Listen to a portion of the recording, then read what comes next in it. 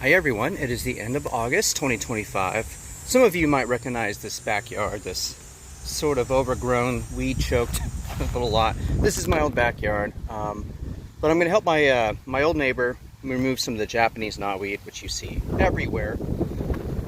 And unfortunately, there's really no good way to keep it out of here permanently. It always finds a way back. I'm just the labor to help out today. For an hour or two to eradicate this. So I'm going to basically go through and get rid of as much of this Japanese knotweed as possible. And most of it's pretty easy to take out. You know, you try to get the root and everything out so to deter it from growing back, but very difficult process. So today, that's what I'm going to do. I'm going to do a little before and after garden work video for you. And we'll try to clean this up back here, make it look nice. There's a lot of work that needs to be done. Probably won't be able to get it all done in one day. It's going to be a multi-day event. But we'll get to it. So this is the before video. And I'll do one after, and I'll show you what it looks like after all the work's done. So time to roll up my sleeves and get rid of some of this Japanese knotweed.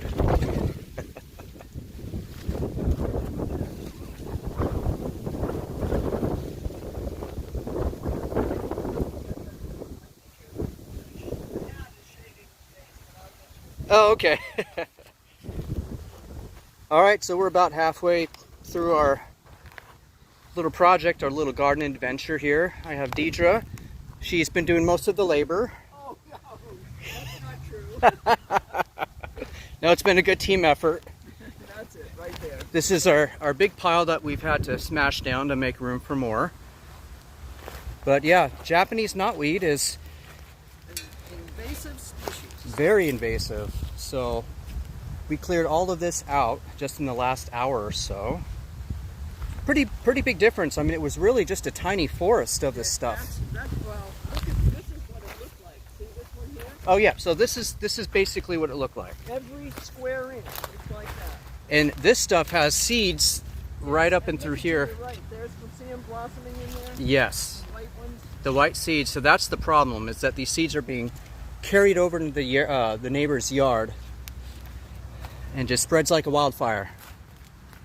So we're making some progress. We still got some work to do, but I'll show you the completed picture afterward.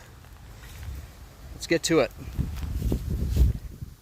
Make a little video, just a kind of a little in the moment video here.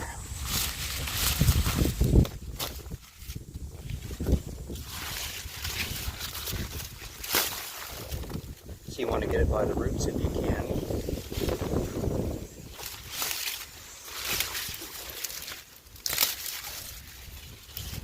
There you go, just like that.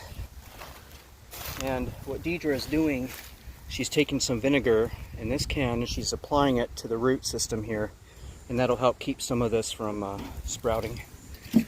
So vinegar, water. No water. Oh, just vinegar, yeah.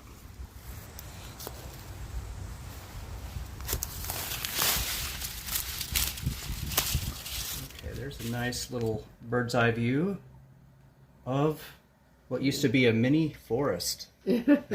Forest full of Japanese knotweed and really painful, thorny bushes. Oh, yes, which have their special pile. So we were able to make some headway.